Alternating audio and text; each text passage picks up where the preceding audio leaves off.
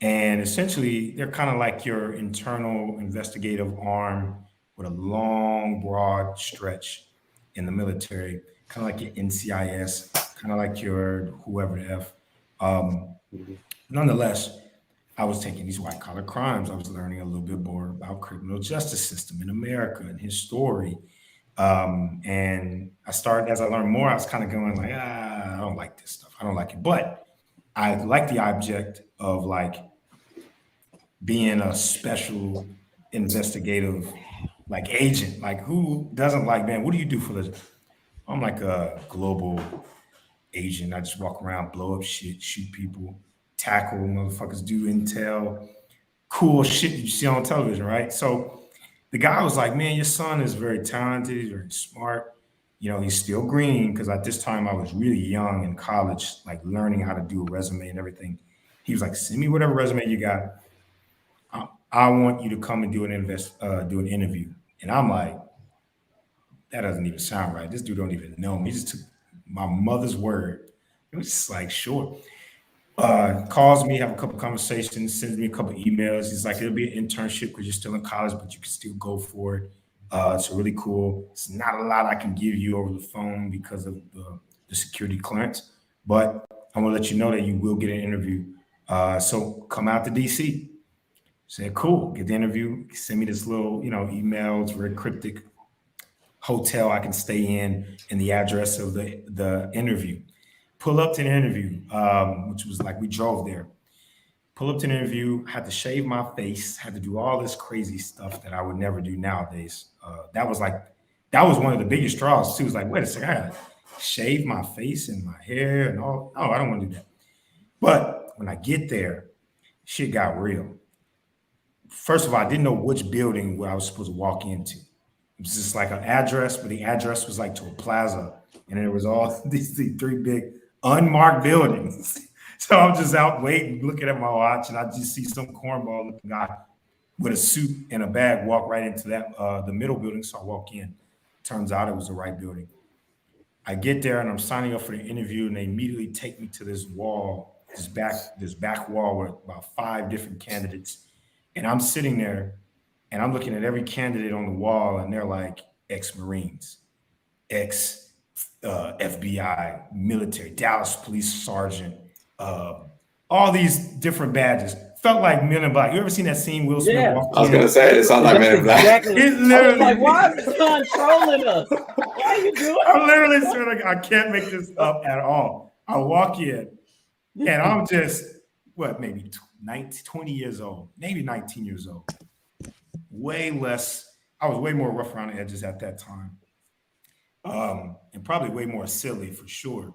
And I walk in and I'm just like, all right, so I know that everybody's here is extremely like stressing out, and I'm just kind of coming for this like I don't know what the hell's about to happen. I don't even know what this interview is about to do, but if there's military people and sergeants and why the hell did they pluck this little college student who read a couple of books, right? That's it, man. Kid you not, right? So I'm sitting there and I'm trying to figure out what's happened. And I lean over and I ask one guy, I was like, hey man, how long have they been in there? And the guy literally gets up and walks away and like basically finishes doing his prep. Like whatever I just said either offended him or distracted whatever he was trying to memorize. I said, whatever, man. I turn around and I look at the sergeant next to me, and like she was like biting her nails, like nervously. And I'm like, oh shit, like what is going on? Like, what is this interview? Guy comes out, he looks around, and he's like, is Jonathan Myles here? And I was like, that's me. He's like, come right in. I walk in the room. There's like 9 agents in the fucking room. 9. Like this big ass room and this long ass table. And they're like, oh, you can take a seat anywhere. And I'm like, anywhere? They're like, anywhere. I was like, all right, cool. I'm gonna sit next to the dude who's typing.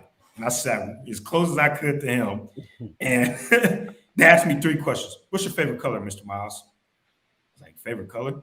Uh, Probably red right now, right? Okay. How long did it take you to get here? Maybe 10 hours driving. Okay, cool. Anything you have questions for us? I mean, kind of like I don't know what else to do. Oh, no, that's fine. Don't worry about it. You did great. I'm going to send you over in that other room. And I was just looking around like, oh, okay, whatever. I get in the other room, and then they show me all these different guns and videos. And then, like within 30 minutes, they were like, all right, everybody can take a lunch break. We'll email you in a couple weeks if you got a job. I was like, what? Now, can't make this up. None of that is fabricated at all, right? None of it. I got my cousin to drive me to DC. And my cousin Evan, actually, who watches the shows and stuff, he's like the designated driver of the family. Anytime somebody wants to drive somewhere and don't want to drive, Evan, hey, what are you doing this weekend? Oh, he'll drive to you and then drive wherever you need to go. That's how much he loves driving. So Evan's expecting. He's like, all right, man, just let me know when y'all done. I'm gonna head over to Georgetown or something. It's probably gonna take you all day. This dude was like 30 minutes down the road. I'm like, hey, man, my interview done. He's like, what? Damn, man, like your ass had. Oh, I'm like, no, I just think they didn't even give me a chance if that was the thing. It's just I don't, to this day, I don't even know if it was just like, hey, we need these numbers. Let's get a couple of candidates. So bring this guy in. I didn't know if they were going to randomly call me like 6 months later and be like, or some black suits. Those same guys come wake me up and take me somewhere.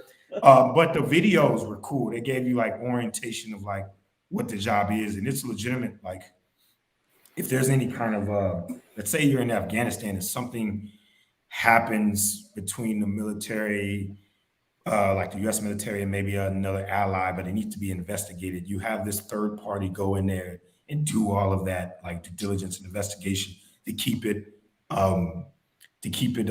unbiased, right?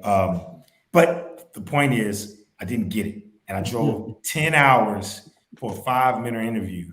and the one thing, I'm sitting in my room with my buddy, and I'm thinking, I wonder if everybody that was sitting out there got that 5 minutes, because you know how angry I would be if I am that stressed out. And I've left my job. I took PTO, and I go in and do this 5-minute interview, which didn't look like, and I mean, it didn't look, and maybe they just knew, oh, let's not give this guy a chance or whatever. Then why did you bring me out there, right? Why didn't you just do a phone call? Mr. Myles, I want you to try back next year, right? They made me drive all the way out there for 5 minutes. And what's your I said, I will never do a fucking government job ever. That was like more of the story. More of the story. Y'all lost me. Yeah, well, maybe that was it. Maybe that was like the keeping you waiting outside the gate. You're not ready. Well, you wanted to really want this job. But like, what would you have done if you got a job at the time? Do you think you could have handled it? I think I was stupid. I would have been stupid enough to take it, but I don't know if I would have lasted long, or maybe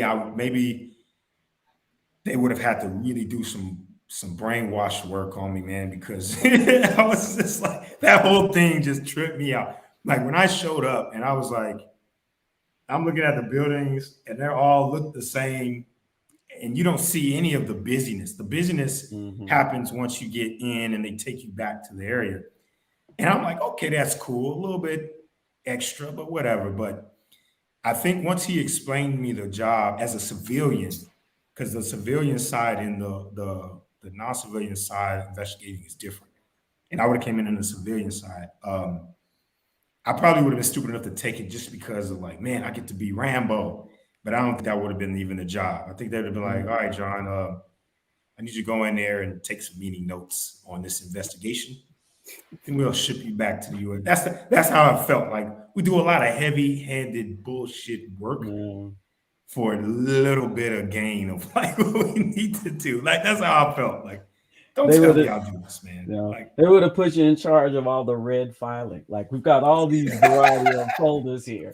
Yeah. Some are green, some are yellow. You like red? We want you to put all the like red. Yeah, we heard you in your interview. Your favorite color. What? Took a lot of notes during your interview session on you, buddy. Here's all the work, right? You got me 2 questions, man. I didn't know whether to be offended. Oh, and my allergies started acting as soon as I got there. Oh, that you didn't. So You got to tell us that. That's my what the allergies problem. started acting up, but it wasn't a reason. I was sneezing, and I remember I didn't know what else to say. They're like, "So what are you gonna do this weekend?" I'm like, "I don't know. Get some allergy medicine, chill out, you know." like, what the fuck? My head is all fucked up now. Y'all done got me all anxious for this shit, and now, man, it was bad news.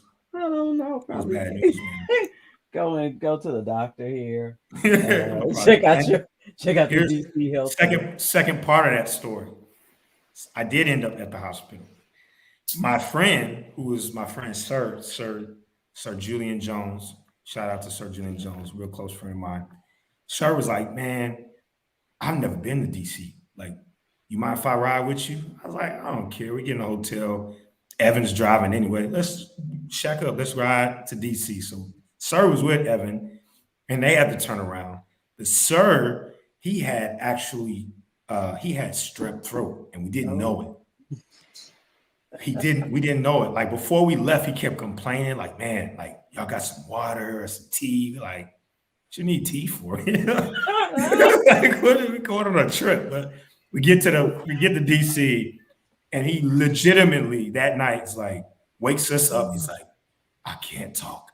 I need to go to the hospital right now." So now we're in a DC hospital treating strep throat. And I came there for the secret government interview that I felt like could have been Men in Black for all I knew. You know, I wish they would have. Though. Part of me was like, I wish they would have offered me the job just so that all of those people that were so stressed out, knowing they didn't know what the fuck was going to happen, could just rethink their whole life. Like, I did all of this shit, and this random dude with runny eyes comes in and gets the job. He was asking us, like, you know, and I remember watching Men in Black, like years after that, man. That scene always cracks me up, man, because he's like trying to poke a hole through the test, and nobody helps him out. That's exactly how I felt. I was like, you know what? Fuck everybody. I hope y'all don't get the job either. I'm out. Where's my manager? We cut to a nondescript building between two other nondescript buildings on the 15th floor. John's working at his desk.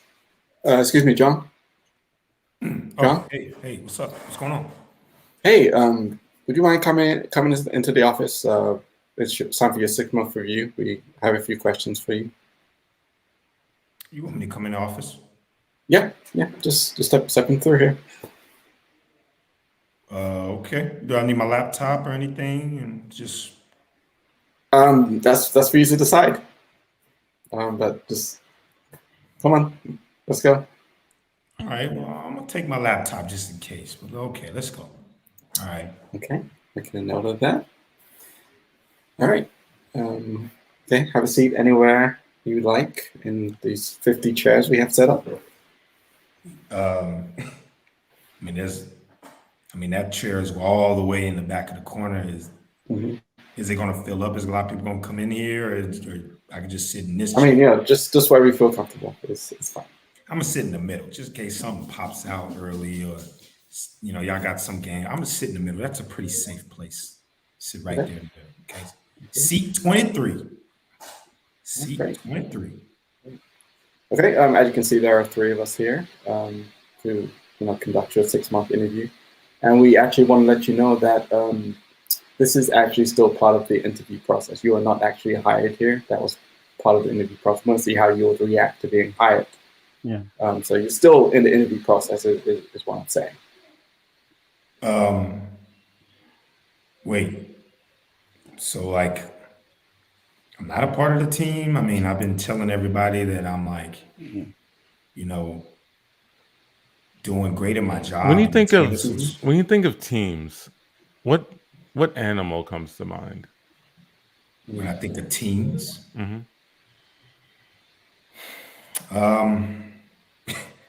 I mean, I don't know what this has to do with, project management at all, but I would have to say orcas. Orcas work really well in teams. Interesting. Yeah. I'll take a note of that.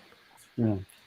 But how have I been doing so far? I mean, I've delivered a couple of projects in the first 6 months under budget, in time. You know, I figured if that's basically the what I was Right. That's interviewing to right. do, right? That's Is project it's management. that's part of it. That is definitely part of the interview process. But we like to bring you back in and ask you some second tier level questions to really find out how you fit. And Yeah. my question for you, John, is what's your favorite type of cookie? What my favorite type of cookie? Favorite type of cookie. Um, just excuse me. I don't want to be. This is gonna sound rude, but what does this have to do with project management and working here at Mm. Williams and Williams? Is this? I mean, Um, in case you haven't figured it out, like those projects you brought in under budget, those were all part of the interview. Those weren't Yeah, real Yeah. projects. at It was all. a real project. Yeah. Yeah. They didn't tie to anything. I just felt like that's a pretty incredible effort to, you know, disclose We, an interview as like almost like an internship. But I'm okay if it's an internship, but no, we want to make sure we get the right candidate for this Exactly. position. Right Very, candidate. very important. So we have an extensive interview process. Exactly. Extensive. Your desk mate, the one who got hired with you, he wasn't new that day. He's actually been working here for years. Mm-hmm. he's been working here for years. That's right. Yep. Yeah. Yeah. So going back to Yeah, the that- cookie, Yeah. He what's told me he was uh an That intern. answer. Nonetheless, all right. Nice. I guess you could say favorite cookie is double chocolate chip. Double double, chocolate chip. double? Double. Oh wow. Oh okay. Yep. We haven't had that one before. Wow. I mean, it's like a chocolate chip. You just, you know, maybe add another chocolate chip or two on a cookie. You know, it's not that much difference in the regular chocolate. I just like the chocolate to stick out of the cookie just about 2 centimeters, so I can get a bite into the chocolate. That's it. Nothing too crazy.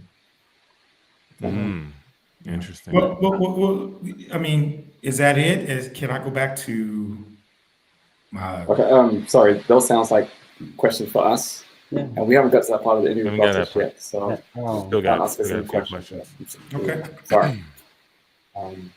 But yeah, I have one more question for you. I have one more as well. I could have Okay, one so more. we'll still have another round of questions. That's great. Yeah. Okay. Okay. Well, here is a cookie. I'm gonna slide it onto the table in front of you. When you look at that cookie, what kind of animal do you imagine that cookie being? Man, listen, man, I don't know what kind of games are being played today, man. I told you I've answered animals and cookies. I mean, Williams and Williams doesn't really, they don't do anything with cookies. I mean, what kind of animal does a cookie remind me of? I don't know, a monkey. It's brown like a monkey that you would. Monkey. Monkey. Not ape, but monkey. Make note of that. Monkey. Okay. Yeah, my question, you know how you started dating Sally on the engineering team? Mm. You guys weren't Yeah. actually dating. That was part of the interview process. But Yeah, I want to ask, how serious were you about it? You know, did you see that going long term, or were you mainly just kind of exploring your options? Well, I actually I was falling for her. Interesting. Okay. She spent a lot of time with me after hours and just helping me with the relocation. Since I relocated here to DC with you guys, I thought that was a part of the job package, but it's an interview. It was part of the interview. So I actually kept inviting her to live with me, and she kept saying no. She, you know, so but that makes a lot of sense now. Yeah, it does. Yeah.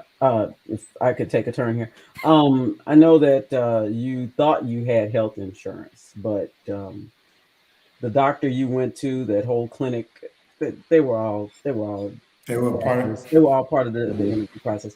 Yeah, we set that up. Didn't want you to think that you weren't going to get care when you needed. But you did go in and you said that you had some allergies, some I had problems strep there. throat. Yeah. You had strep, and that was treated. So that guy, that doctor, Dr. Jeeves Yeah, is not a real doctor at not all. at all. No, that's Jeeves from accounting.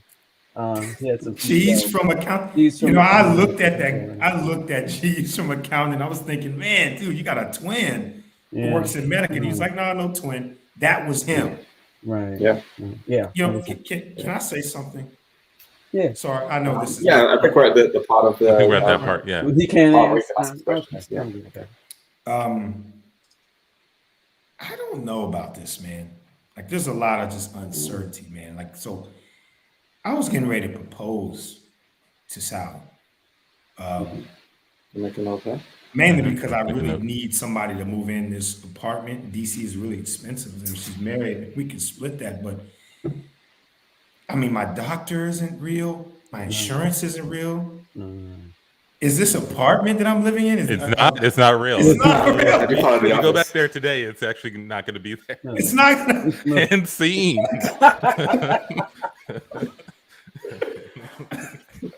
It's a hell of a way to bring people on. Nah, man, I'll never forget that, man. That's my government interview. Actually, that was one of them. I had another one with the Social Security Administration. Stop with the government job, Sean. I didn't. I'm done. You going I'm for it? done. You wouldn't stop. Oh, you done now? Okay. I'm done. No, I did intern with the Cincinnati Police Department in the crime analyst unit. I did do that. That experience was about as monumental for me as my pawn shop experience. To talk to cops, man. To talk to cops on the beat is an experience I feel like most citizens should do, man. Even if you just are like, I don't mess with the cops. In Cincinnati, any citizen can go up and volunteer to do a ride along. Well, he's back.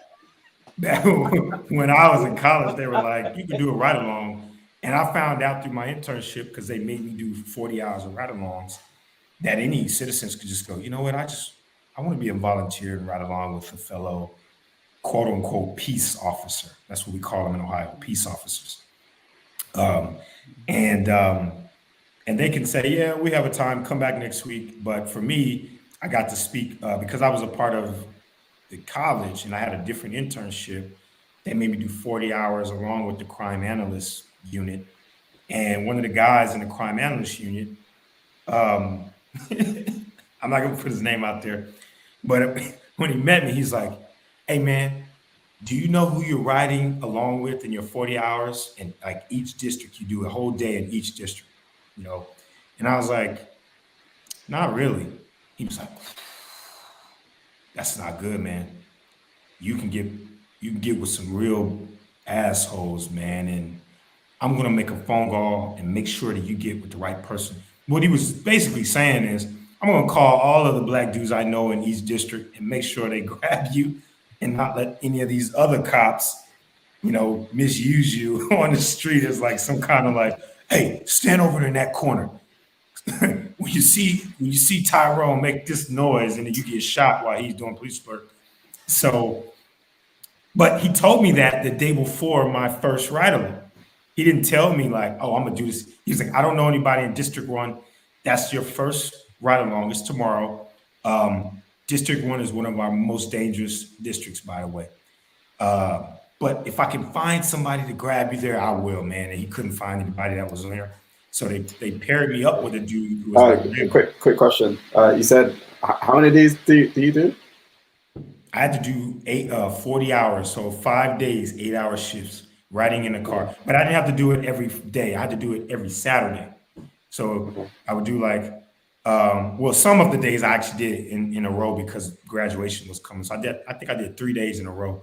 And the weakest district is like District 2. That's like being on a beat in River Oaks, right? Like you ain't gonna do nothing but sit and, hey, move along, right? But I did District 1, 3, 4, and 5. District 1 and 5 were like the most dangerous. But it was crazy. And I did District 5 twice. I actually witnessed somebody who got shot in District 5. And the cop was like, hey, this dude just got shot, right? Like, we know he got shot. but the murderers are still on the loose. I'm going to take care of them. You are going to stand right next here to this body. And when all of the people come out of the apartment projects, you're going to keep them away from the body. Great? Good. All right. And then he ran off and chased the people with murder. That was my ride along experience in college. And when I wrote the paper, you're supposed to write a paper to the professor of the class. She literally called me in and was like, I wanted to give you a grade on this, but I just need to verify some facts about your story. And I may need to call the department to make sure that some stuff is like, I'm like, if you're asking me if this shit is made up, call them. Call them. Like, call them. We got to a professor's office. Amechi's just been called in. Amechi, I gotta talk to you about your paper. About your ride-alongs. Oh yeah, that was great. This is some of the most riveting stuff I have ever read. I couldn't put it down. I was turning page after page. I read it a few times, actually. I didn't even sleep that night. I was haunted by some of the stuff that you wrote here. It was beautiful. It was captivating. It really made me question how society's been treating its civilians. Like, there's a lot here, man. You're saying you did all this in like 40 hours? Mm-hmm. Yeah, it was a very intense experience for me. Spread over 6 weeks. There's a chapter here where you had to take control of a helicopter because the pilot got shot by a terrorist. That sounds like an action movie. But it's real life. It really happened to me. Do you know how to fly a helicopter? I learned very quickly. Oh my god! This is. I mean, you read it. You know how it happened. You know how it went down. I know exactly. I can tell you how it happened. I know you guys were tracking the burglar, who turned out to be an international spy, who,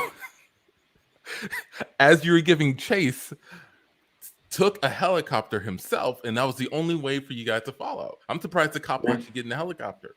I'm gonna need to call up the station to verify some of this because this is insane.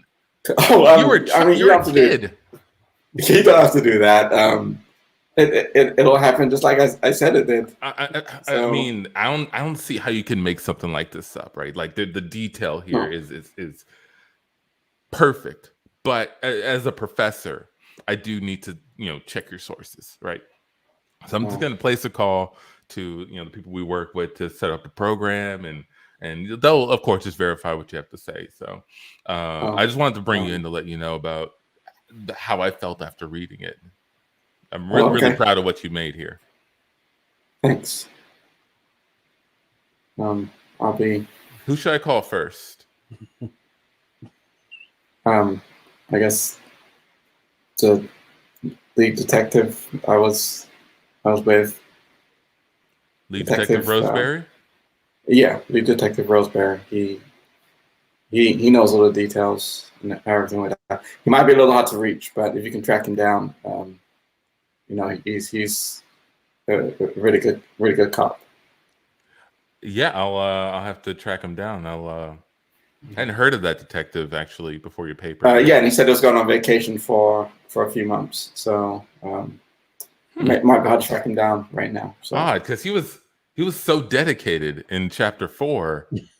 He kept lamenting about how much the street has taken from him and his family. I didn't see him as a guy to take a vacation. Well, yeah, I mean that's kind of what he said to me. If you towards the end, like at the climax when we're hanging off the building. Exactly. This is after the ninth floor exploded out underneath you, right? Yeah. How he wishes that he spent more time with his family, and if we got out of this alive, he was gonna take his family on a nice long vacation. And I said, I'm going to get you out of here alive. And I grabbed his hand and swung him like back up through the window. Yeah, you did. Oh my God. Yeah. You know what? This is a bit inappropriate, I know, but I got to see the scar that you got. Remember when you deflected that ninja sword? And you got the scar? Can I see it? It's in like a place I shouldn't really show in the classroom. Just wanna, But yeah, it lends such an air of authenticity, yeah, for me to cite. yeah. I know I said it was like on my arm in Mhm. in the story. I may have embellished a little bit. It's actually closer to like on my lower back. No, that's odd. I mean, the trajectory of the sword didn't seem to line up with how they would hit your lower back, but Mm. okay. Well, I'll just call up the captain and ask about Roseberry, see if I can get in touch with him on vacation, and I'll be wrapped up. Oh, okay. Look, I gotta confess. I made all of that up. No, I, no, I, I didn't go on any of the ride-alongs. I was just at home watching movies. you didn't go. Oh my I wrote God. that all like a couple nights ago. Just So you and Melanie didn't have a hot and passionate one night stand in a moving train? no, I stole that from a really old movie when people said it was more popular to go on trains. You didn't adopt a misunderstood pit bull that you found in a crack house? No, I didn't. I'm actually scared of dogs. So, especially dogs from crack houses, they really scare me. So, I don't think I would adopt one. But, but why put so much work into a lie, Amechi? Why? Why would you spend all this time, write this beautiful work? Because I wanted to impress you. You tell such great stories when we're all in class, and you tell us about your ride-alongs that you went on. Oh yeah, yeah, those. Mm-hmm. Yeah, that the high-speed chase with the where you were driving a fire truck.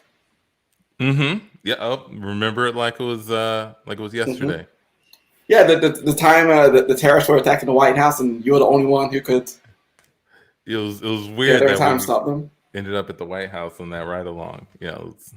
But yeah, that's Yeah, it's really out of the way, but you said you got there, so all right. Well, tell you what, we're gonna call this a C, and that's the end of my office hours. okay. I'm good. Yeah, that was good. Oh, that works for me. And Let's scene. see. Yeah, that works for me. Yeah.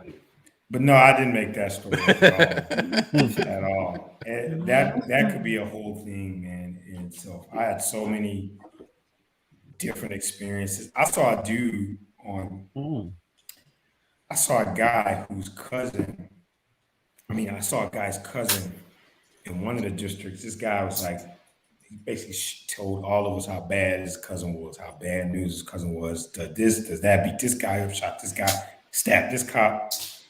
And one of my partners, shout out to my dude Trav, he did the ride alongs as well. And he told me, he said, John, I don't know about you, but I would wear like some kind of like disguise, right? Like don't look like yourself because Cincinnati it's not a big place.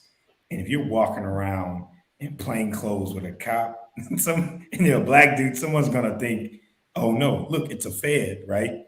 So I was like, okay, like I'll take that. So I went and bought these really big glasses and wore these like geeky clothes so that nobody would basically be able to pick me out. And then literally, like second right along, we see the dude that my friend on campus told us about, his cousin. We see the guy. I've seen him before on campus, right? But I haven't really like met him. And I can tell he looks at me and I look at him and I'm just like, what's going on? Like, we're don't pay attention to us. And he gives me like that second glance, like, I feel like I've seen this dude somewhere.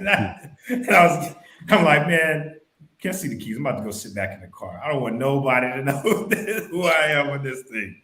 You can't be rolling up people's hood and plain clothes with the cops. I grew up in Dayton, you know. You don't want to be misidentified as a federal.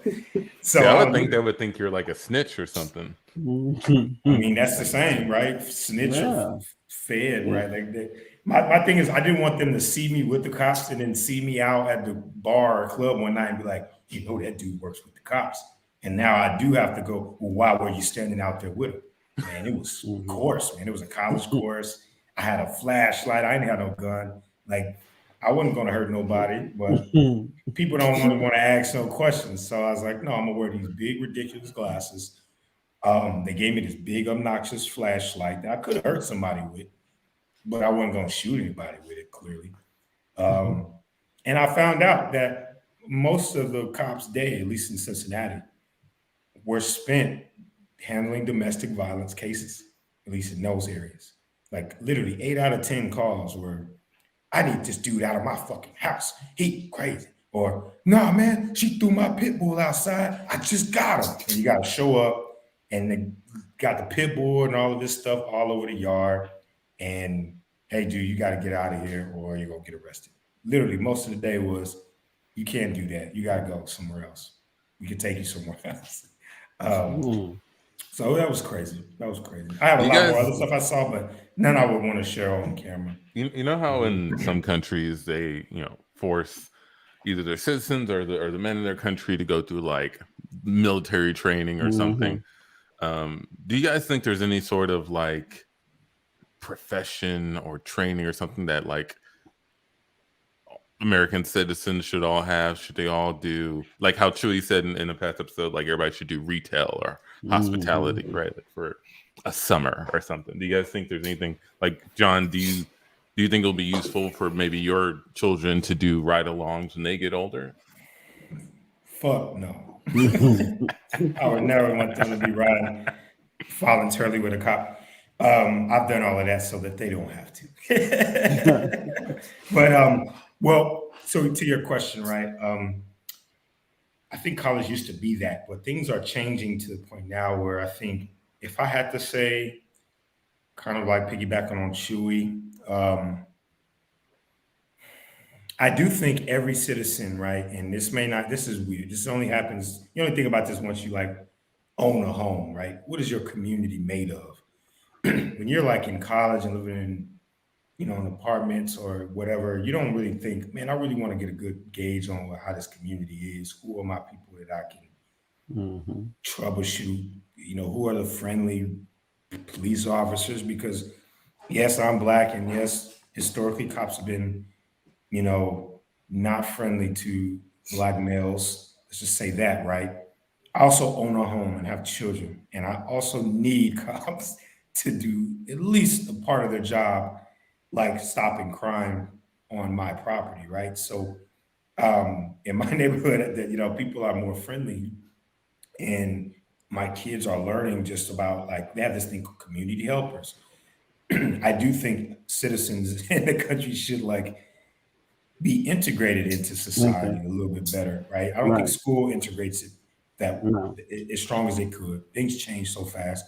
College used to, but I don't think it's still evolving. There needs to be like a buffer. I don't necessarily know if it should be military or police. I don't like the forming that it makes you have to do once you go through those institutions. They kind of shape your thought process, at least while you're there.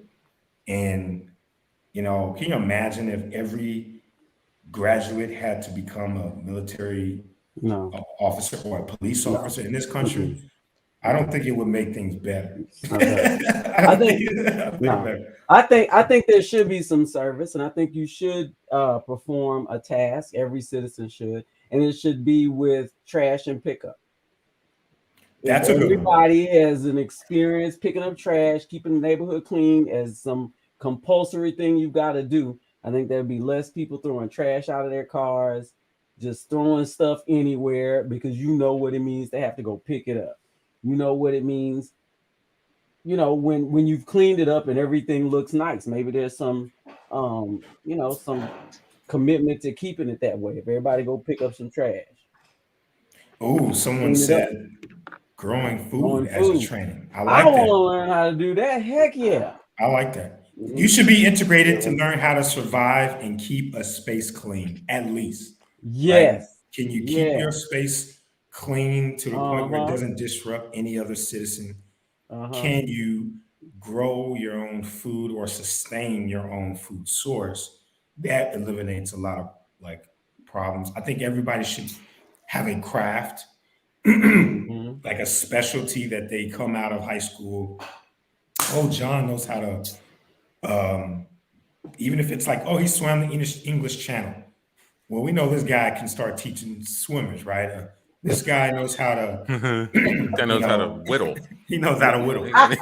Like everybody should have at least one specialty craft, not because I think it pigeonholes individuals. I think it actually helps you map out more things you're interested in doing, Mm. more network you have, and it gives you a better baseline on like normal life. Like think how many people now just sit at home living off their mom, watching, playing video games that they don't pay for, Mhm. the Wi-Fi, they don't, and they do what? They become the most rude and disrespectful, entitled individuals.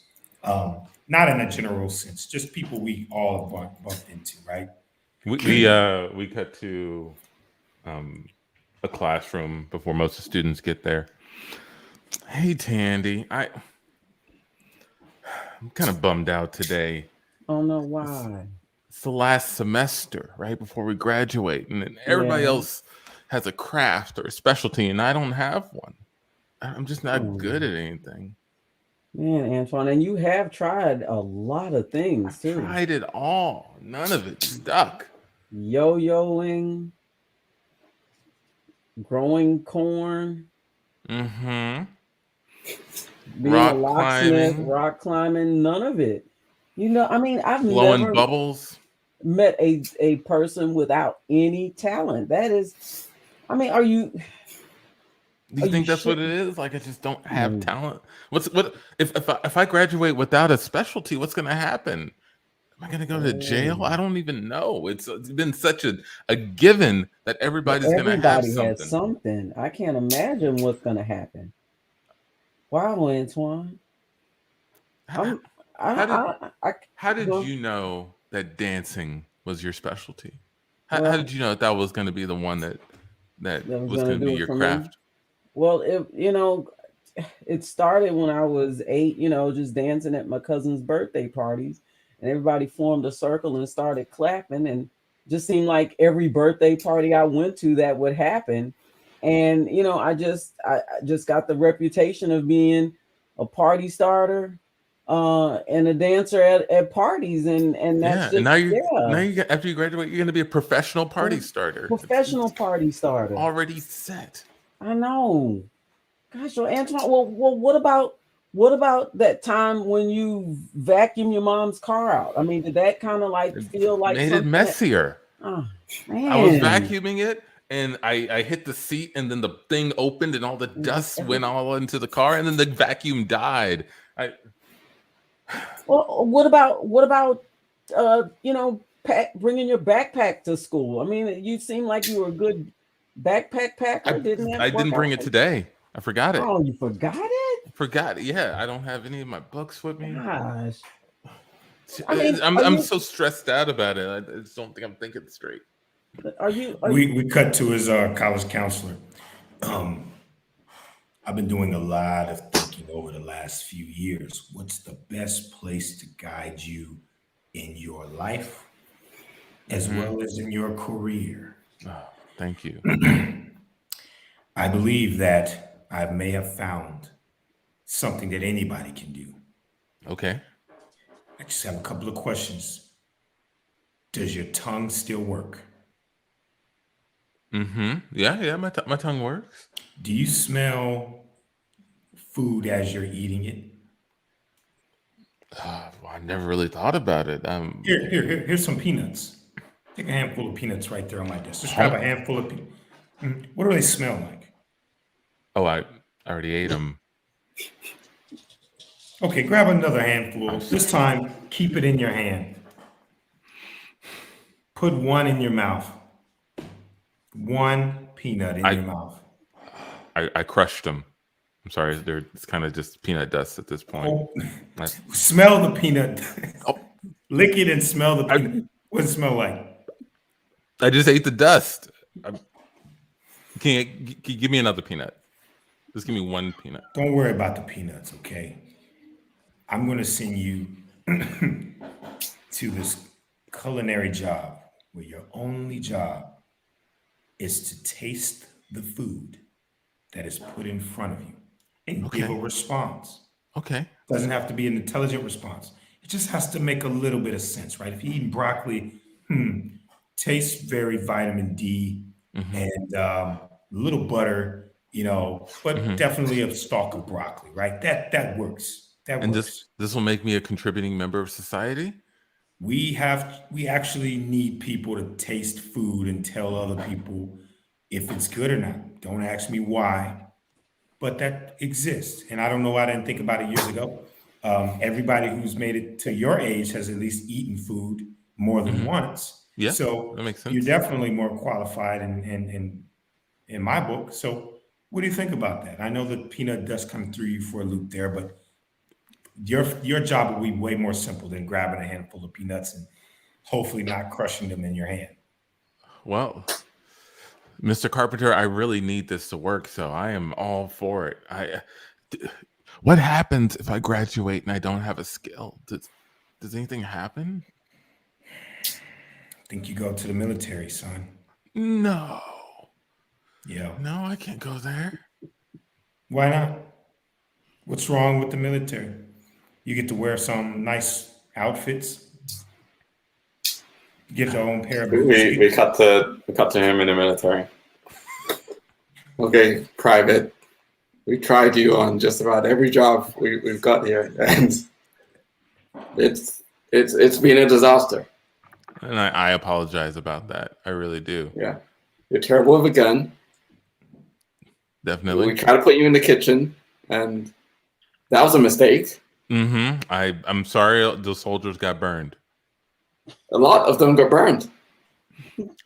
Who knew soup could be too hot? Everybody. Okay, well I know now. We lost more soldiers on that day than all of the battles this year.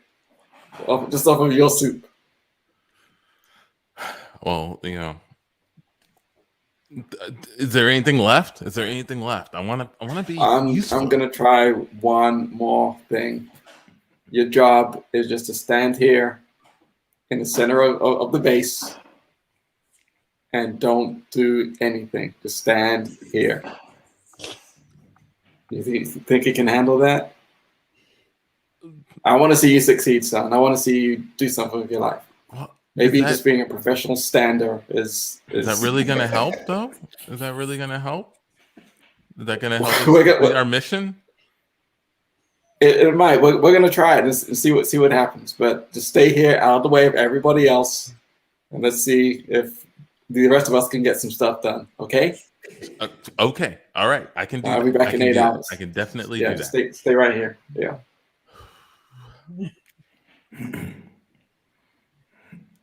A leak right here. It's dripping right on me. No, I should move.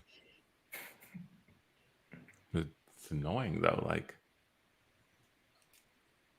I mean, maybe I could just go plug it, plug the leak, and come back. No one's around. Yeah, it'll only take a second. We cut to 6 hours later with the private and the general in a prisoner of war camp. What happened? The pipe burst and the flood at the. I was trying to fix the leak. There was a small leak, and I thought I'd go up there and I'd patch it up. But the ladder slipped, and I ended up hanging from the pipe, and it bursted open, and then flooded all the computers in the room. I apologize. And then the enemy came in and took us all prisoner. And scene. And scene. That's it. You just in the wrong country. You yeah. 100. As we're going through that, it reminded me actually of the plot of that movie Soul. You guys saw that one? Oh yeah. Yes. Yeah. Yes. Yeah. Yeah. Got nothing. What's my purpose? I think, did I tell you I used to work at a library in college? Mm-mm. No? I tell you about that. Um, so I thought, at least, what do librarians do? People that work at librarian, what is the qualifications for saying, "Hey, can I get this book short?" Um, Apparently, a lot more than what I was bringing to the table. Um, I had a job in the library for I think like a year or year and a half, and asked and got fired from a library. Who gets fired from a library that nobody goes to? Nobody ever went to that library. That's why I worked there. And the guy comes out and he's like, well, I'll tell you why I got fired. I disagreed on the filing system. Like I didn't like I knew that nobody really went to that library, and it damn sure wasn't going through a detailed like selection of like how to find the books, right? Shout out to Amazon.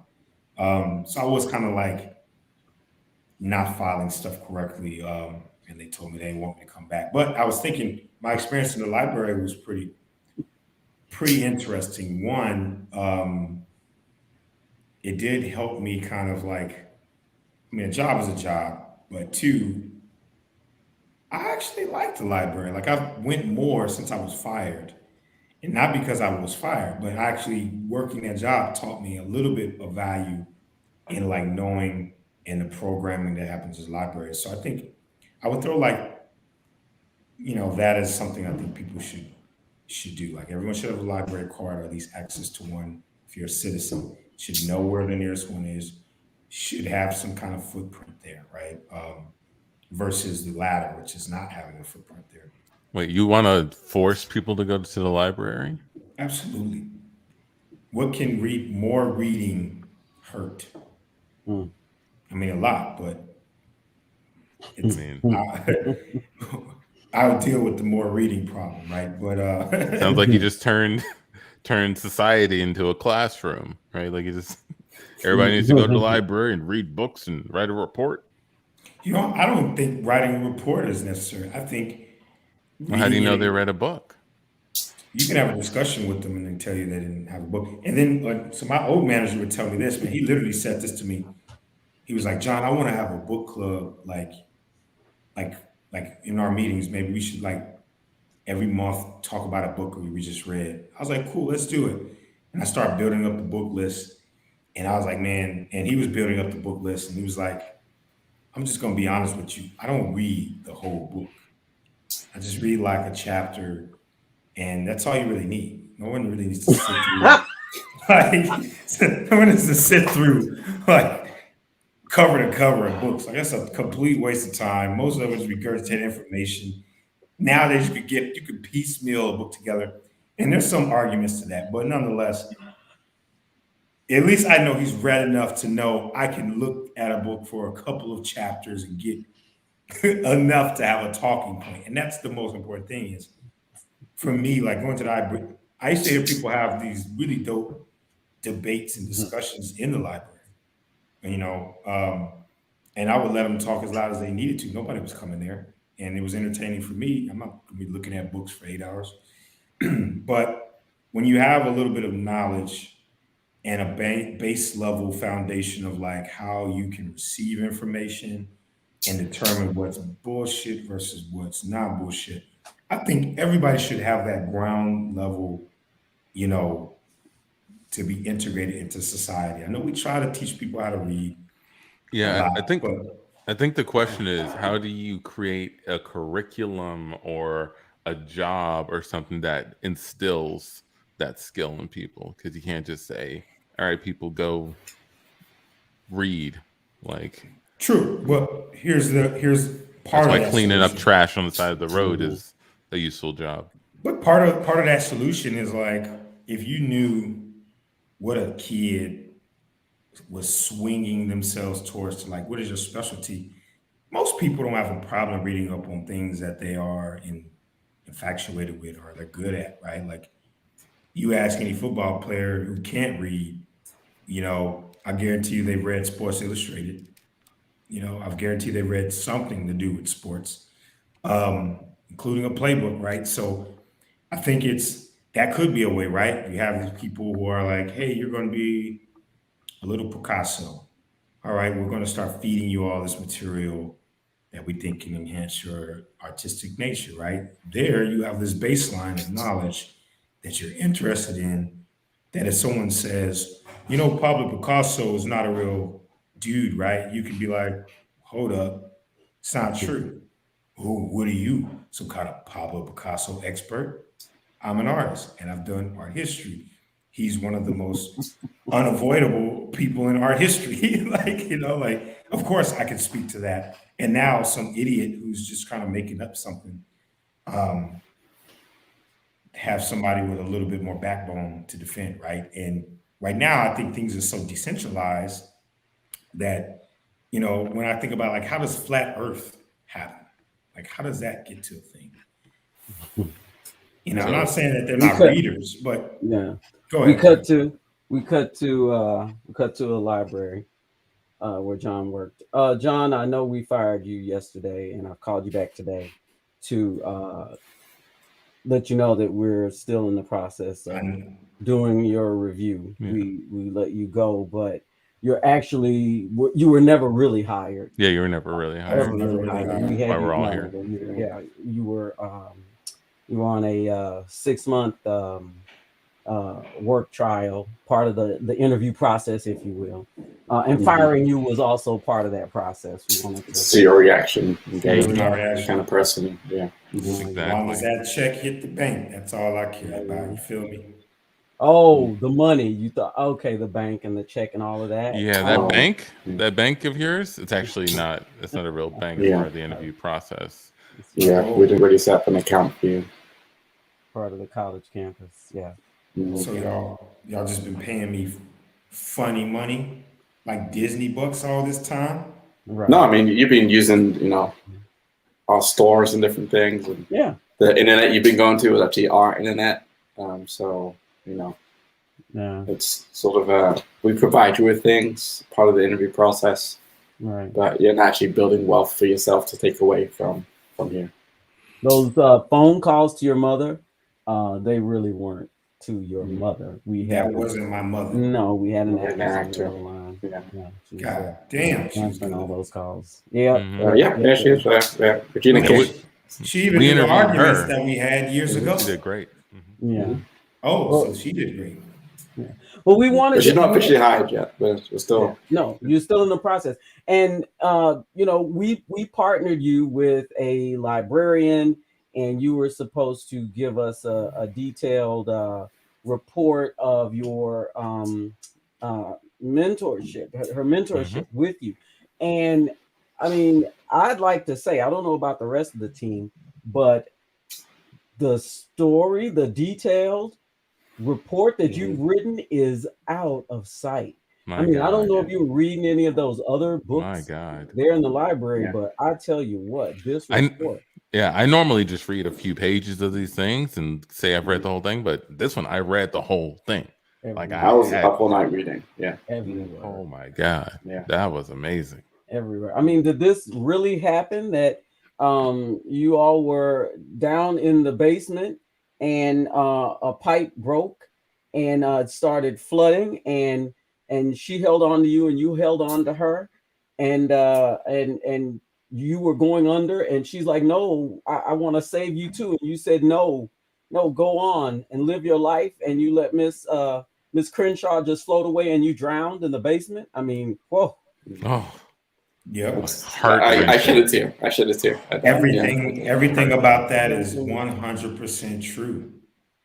That's so interesting. So in chapter 7, when the library got snowed in, right? And it was just you and the librarian and a kid, and you lost your mind and tried to murder them.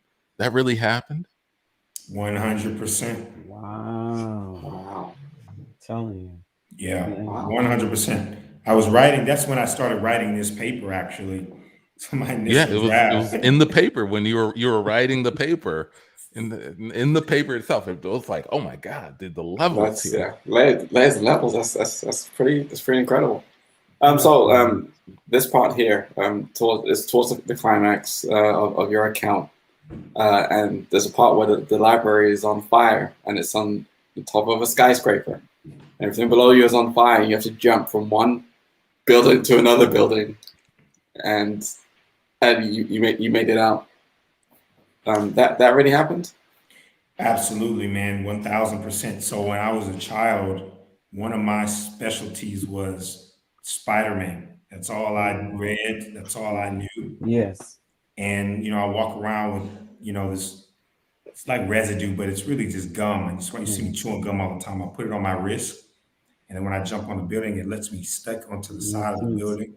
Yeah, That's a little bit more than that, but that's kind of like some of the physics behind how that happened. Yeah, he did get in on a Spider-Man scholarship. He really And scene. And that is the Can't Tell Us Nothing show, everybody.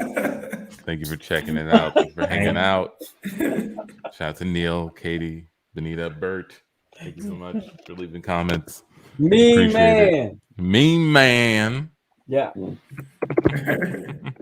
Appreciate it. But we're gonna go ahead and get on out of here.